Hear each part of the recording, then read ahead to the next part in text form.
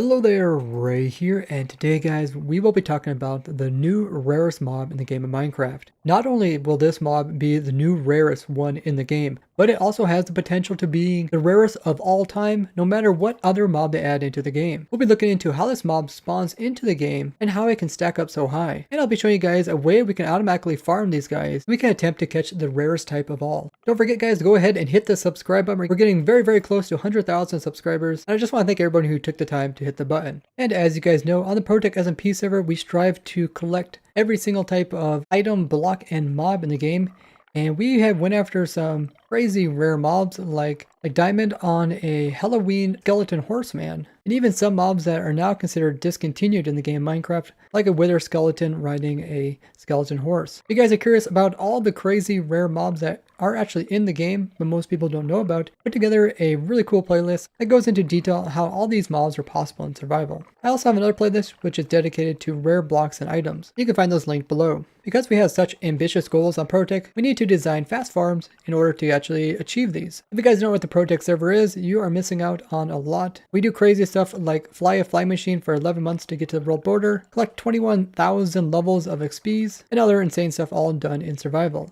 This new mob is called the Strider, and you can see what it looks like. It looks like a two-legged kind of weird little creature, and when it's out of lava, it gets cold and turns kind of purplish. When it's in lava, it turns kind of reddish, because that is the place it loves to be.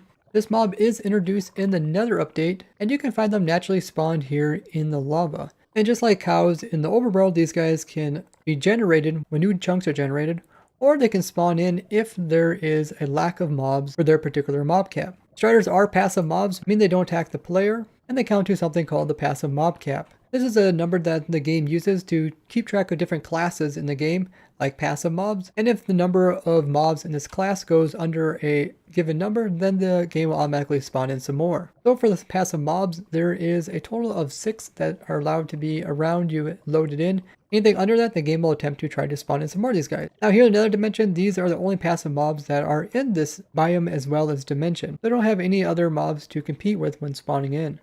One of the fellow ProtoTech members, Cheater Codes, looked into the Minecraft code to find the exact way that Striders spawn. What the game is looking for is a lava source for the Strider to spawn on top of, as well as a lava source to be inside of the feet of the Strider, and an air gap to be where the head is going to be placed. So if we do F3 plus B, we can see the Strider's hitbox. This is the actual size that the game keeps track of when moving the mob around. Because the Strider needs air to be at the top in order to spawn in, it can only spawn here at the surface of the lava. This means there's only a single layer here where they could try to spawn in.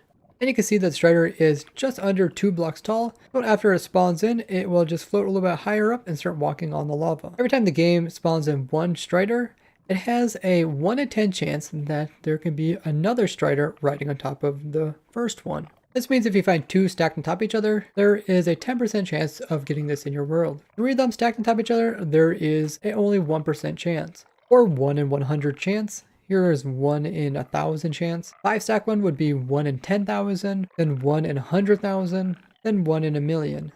So you can easily see how extremely rare these guys can get just by stacking a few on top. Now this one here is a stack of 7 of them, which might not seem that much, but if we go ahead and mage these guys, 1, 2, 3, 4, 5, 6, 7, 8, 9, 10, 11 blocks tall. These guys are by far the tallest mob in the game of Minecraft. I think I've come across a mob that is 11 blocks tall. We actually set up a command block that would summon in normal Striders and then kill them shortly afterwards. But before they died, we would also record their height. And after running this command for 5 hours, we spawned in almost 2 million of them before we got one that was this tall. Just because you have a chance to get one in a million times doesn't mean you are, and you can also get very unlucky and never get one. But if you were to try to get one this tall, or even one this tall, which is completely possible in survival because in the code there is no restrictions on how high they can be stacked. The chances just get slimmer and slimmer. So it's very unlikely for you to actually come across something this tall, but it is possible, especially if you design a Strider farm that takes advantage of collecting ones that are extremely tall. That's exactly what we did during our snapshot testing streams, which are every Wednesday and Friday, where we open up a testing server and the viewers can hop on as we build up new types of machines for Minecraft. Make sure to go ahead and follow me there on Twitch. But what is the limitation on how high they can go? Well, obviously if they go a little bit too high, their head's going to touch this block up here. And they're just like any other mob, if their head gets inside of a block, they will take suffocation damage and will eventually die. They want to put the farm in an area where they can be able to grow quite tall without dying. So we're kind of here in a big vaulted area in the nether dimension. And there's quite a bit of room up above us. And we designed up this farm here, which allows us to quickly keep the ones that are really tall and get rid of all the short ones. The way the farm works is we have a place where the striders will spawn in. This meets all the requirements for them to spawn in. We have 2 sources of lava with some air above it. So a strider could spawn in here. You can see if I just go ahead and spam some striders in, it's very unlikely to get anything higher than a double stack. So this is what you would typically see. Obviously, all these guys are quite short, meaning that they'll not be able to touch this tripwire line that we have placed up here. And this is how we can tell if we have any tall ones in our farm here. Because the tall one would touch these tripwires, this would set off a signal to our redstone over there. So what the game will do is it will check to see if there's any passive mobs in the area, and if it's less than 6, it'll go ahead and try to spawn some in naturally. What we have over here is a clock. This clock will have a pulse going through it. Every so often we're going to be pulsing this segment over here. This contains some TNT duplicators, which will duplicate some TNT and drop it down where the striders have spawned in. And since the game only attempts to spawn in passive mobs every 20 seconds, what we'll do is we'll try to kill off all the striders within 20 seconds. Then we'll give it time to spawn in some more. Then we'll go ahead and blow them up so that we have more room to spawn in even more striders. And as the game spawns in more, they just keep being killed off at a particular time. So what we have here is a system that kind of sends a pulse in, and we will drop one set of TNT downwards to kill these guys. And then a lot of times the TNT won't kill them all, so we'll go ahead and drop a second set to kill the rest of them. And as long as we don't got any tall ones, the system will just keep this up. Now the way it works when there is a tall one is they will be standing in the wire. This will retract that piston over there, and then every time the clock attempts to put a signal over here to duplicate TNT, it just kind of cuts it off, and this will save the strider that is standing here in the tripwire, because we know that the strider is quite tall and we want to save it. So here's one of the really tall ones, and you can see how it could easily clip right through all these blocks, including the tripwire, and it powered this, turned off all this, and the clock is still going, just nothing is being blown up. Now because it's so extremely rare to get tall ones, even ones that are just a stack of 7, we really didn't use any type of automated system to pull these guys out, because it'd be just as easy to pull them out manually. Now when you do try to remove these guys, you need to be kind of careful not to move them into any block that can suffocate them. So like these slime blocks here can suffocate them, so can this piston. And that's why the majority of the rest of this is made out of either like slabs or glass. So what you do is you would probably come in here and just grab them with a lead, pull them off to the end. You can kind of pay attention. They're not pulling them through any solid blocks, and bring them over to one side wherever you want to store them. Maybe if you're really careful, you can get them all the way to your nether hub to kind of show them off there. That'd be really amazing. As long as you kind of control the bottom one, all the rest of them will follow. So you can put them like in a minecart, or put them with a lead, or just box them in. But transporting these guys is very difficult, as the guy on the bottom can pretty much go anywhere he thinks he can, even if it means going ahead and suffocating all these guys inside of blocks. You need to be very careful when you try to transport them, especially if they're extremely tall. Now the way we designed this is we put the farm down at the very bottom of the world, because we plan on making a quite large farm. And this up here is just a small example of what the entire farm would be. As if you're trying to go after these rare variations, you want to make something that is very fast, because you need to kill millions and millions of them just to get some decently tall ones. For that reason, we would build this farm as far as you can see all the way around the entire nether dimension. This would be a humongous undertaking. But as you guys know, on the ProtoTech SMP server, we do extreme stuff like this all the time. And we have collected some of the most rare mobs in our survival world. In order to run this farm efficiently, you would want to make sure that mobs can't spawn anywhere else other than directly inside of your farm. So you could choose an ideal location where there is no lava like this. Ideally, you would clear out area as far as you can see and put in as many as these segments to fill up the entire area. Because the game attempts to spawn in mobs throughout the Y level of the world, by having the farm down low, it will increase the chance that the game will place in spawns. And the striders themselves only spawn pretty much at Y level 31 or below. So But by having tons of lava up here actually isn't going to help because it won't spawn up there. And they do need to have air on top, so it makes sense to just bring the whole section down low. This way you get large amounts of them spawning in all at once. Even though the game normally only spawns up to like 6 of them, because you have such a large area, the game will spawn more than what it actually needs, because there is so much area for it to place in the mobs. If you want to go extremely low, you can even come in here and break bedrock to get it down to the lowest part of the world. This was probably what we'll do on the ProtoTech server, just because we are so insane at trying to go after every single type of mob, block, and item in the game. So having a large area is very helpful, as well as having it down low, but it only helps if there is no blocks above where the low spawning space is at. Because any blocks above it, the game will calculate these and also take them into account for places that possibly could have mobs spawn on them, even if they fail at it. This is why we try to keep the profile of this farm quite low. What we decided to do is choose a height and where we think striders will probably be able to stack up to. So we put our tripwires here, but these can be moved. So essentially we're just saying, well, it's very likely for the strider to be maybe 100 blocks tall, but maybe we can get one that's like 10 blocks tall. So there's 2, 3, 4, 5, 6, 7, 8, 9, 10. So if there's one that's 10 blocks tall, he will touch this wire here, and this will turn off the system. So if there's anything that's shorter, we'll just end up accidentally killing it. In the long run, we'll probably eventually get one this height. You have to kind of judge how long you're willing to wait versus how high you want the strider to be. But you don't want to put it too low, otherwise you're just going to get tons of striders that are just average height. You can also use this height here to get ones that are extremely tall because they will all touch the tripwire. We also try to kind of space out the TNT as much as possible, because if one would spawn here, the strider would suffocate and die, or if it spawned here it would die, or spawned here it would die if it's taller than this block here. You also have to kind of take that into account.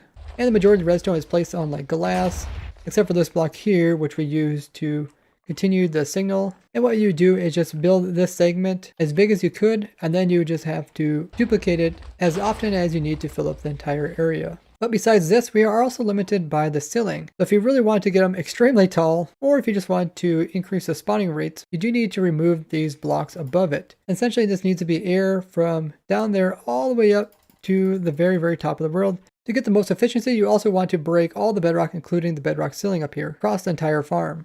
Removing the bedrock also means that it's possible to get taller striders, because it's actually possible for a spider to spawn way up here. And by removing the bedrock, you can essentially get an infinitely tall strider, because there's nothing up there that will kill them. But probably one of the best places to store these guys is on top of the nether ceiling, so you don't have to worry about them accidentally running into something and dying. Now when these guys do normally spawn in, they can have a chance of producing babies like this too. When they do stack, there will be babies on top of adults or babies on top of babies. But they are passive mobs and they will grow up so that they're nice and big like this.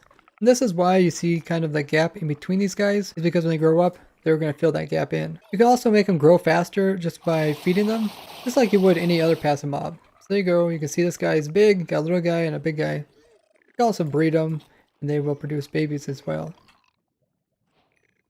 But there's really no way to keep them in their small form. And you can see that we can get striders that have zombified piglins riding on top of them. Now these are actually even more rare than finding one that's double stacked. There's only a 1 in 30 chance that a strider will attempt to place a zombified piglin on top of it. But if the game does put one of these guys on top, it means that there will be no more striders stacked on top of that. This kind of completely ends the stack, meaning that there is even a smaller chance of striders getting extremely tall. Because for every one time it tries to stack them taller, there's a 1 in 30 chance they will try to end the stack by putting one of these guys on. You can also notice that these guys do have saddles on the striders when they spawn in, and if you kill them you do get the saddle. If you just kill a normal strider, you would just get string out of it as well as XPs. You can also ride them by putting a saddle on them and then using the wart fungus on a stick to control them. But when it comes to like the double stack ones that are taller, you can put saddles on like the lower ones and pretty much any level. You can't actually ride the lowest one, and you can ride the top one, but you can't actually control it because the one underneath you is actually controlling the one below. But it would be really cool if they made it so that you could stand on the very tallest one and control the entire stack. Now if there's any mobs that are passengers or other mobs, exactly what we got going on here, they're unable to actually get teleported by portals. Gateway portals could work, but nether portals and end portals will not work, so you see they don't actually get teleported when they go through them. only if they're a single stack. So just one guy will be able to get taken over. That means you do have to store these guys in the nether dimension. If you guys are ever bored and want to do something fun, just grabbing a strider egg and spam clicking the ground to see what type of rare variations you'll get is actually quite satisfying. And if you guys find any really tall ones, you guys can always send me pictures on my Discord or Twitter. Here you can see one that is triple stacked and it has a zombified piglin riding a baby guy who will eventually grow up, but all the guys that are riding will have saddles on. Here you can see there is a baby guy, which is only a 5% chance of a piglin out of a total of every piglin spawn. Here's a quite rare one. It's a quadruple stack, so we got the mother, the babies, and then at the very top we got the zombified piglin. There's actually two of these beside each other. The other guy's right there. That is extremely rare to find them right beside each other. Here's a 4 stack. A mother, baby, and a baby pigment up there. So cute. So I spawned in a few million of them and eventually got one that had a chicken jockey spawn. You can see a chicken there, it gave it some glowing effect. But what happened is the chicken just automatically fell here to the ground. And Cherko thinks that what happened is the game summoned in a chicken jockey, meaning a little guy riding on top of a chicken, and tried to place this on top of a strider. But in order to do that, it had to make the little guy dismount the chicken and then mount the strider. So it don't look like it's possible to actually get a chicken riding a strider than having a little guy riding the chicken. The ones that do come from jockeys are another 5% more rare than just a baby guy. And if they're left-handed, meaning that they're holding their sword in their left hand, it's another 5% more rare. Having that sword being enchanted is also between 3 to 25% more rare. And one day out of the year, the day of Halloween, undead mobs like these guys can have a chance of having a carved pumpkin on their head, which is another 22.5% chance. Or they could have a jack-o'-lantern head put onto them, which is only a 2.5% chance. You can see how this can make them so extremely rare to get in survival. This is why it's actually necessary to have a very fast farm. So the rarest variation would look something like this. Here we got a baby zombified piglin. He's left-handed, he gets an enchanted sword, he also has a jack-o'-lantern helmet, which is only spawned on these mobs during Halloween. Now, zombified piglins don't wear any armor unless they're converted from a piglin. You won't find one with like gold armor on it. They can still have the pickup item tag, meaning that if you give them something that is better than what they currently have, they can put it on. So they could put on armor, but they could also accidentally switch out their sword or switch out their helmet. Then you can have any number of stacked striders. And over here I got a command that makes a really tall one that has a baby on top. That is the rarest variation of baby. You have to be careful because these guys will despawn, especially if you're like AFKing down there and they're way up here. The striders won't because they're passive, but the baby's hostile, so you will have to name tag him in order not to lose him. It's very possible that you might have got one of these guys in your world, but the baby just despawned on its own.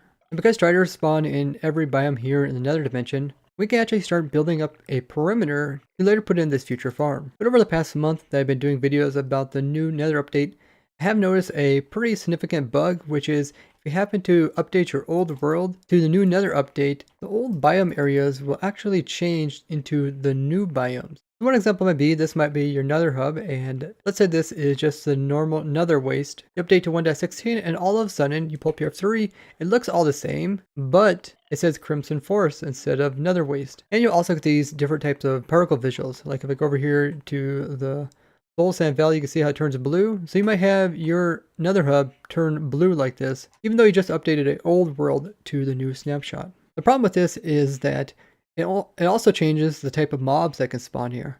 Let's say you had a pigment farm right here in this dimension. Well, pigment no longer spawn in this dimension. It's only skeletons and ghast, so your pigment farm will no longer work. So I'd really like if you guys take the time to upvote the bug report, which I'll link down below, and hopefully this will get fixed. The bug might have come into existence just because there really was no other biomes in the nether dimension. But in the past, when they did any kind of biome changes, they didn't switch over the old biomes, especially in circumstances where it would affect stuff like mob spawning. But we are getting very close to the pre-releases of 1.16. That's a period of time where it's really important to report any bugs that you notice. And I'll probably be also putting together a list. If you have anything you guys want me to mention, be sure to tell me down in the comments. But I'm definitely excited to try to farm up some of these guys on the ProtoTech server. And ever since the day that they introduced them, we've been really having a lot of fun thinking of ways to farm them up and looking into different variations of them. And I'd love to hear what you guys think about such a crazy mob that literally has no limit on how high it can stack.